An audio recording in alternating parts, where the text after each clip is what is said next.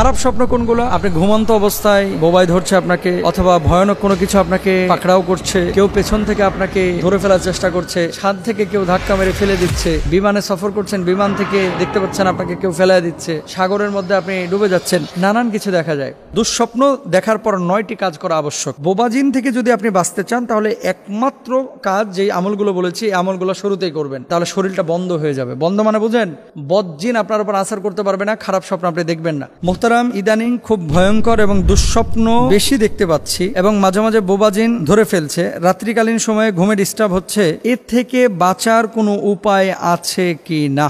হাদিসের ভাষ্য অনুসারে স্বপ্নকে বলা হয়ে থাকে হলুম। আল্লাহ রাসূল সাল্লাল্লাহু আলাইহি ওয়াসাল্লাম বলছেন স্বপ্ন দুই ধরনের, একটা হচ্ছে ভালো স্বপ্ন আর একটা হচ্ছে খারাপ স্বপ্ন।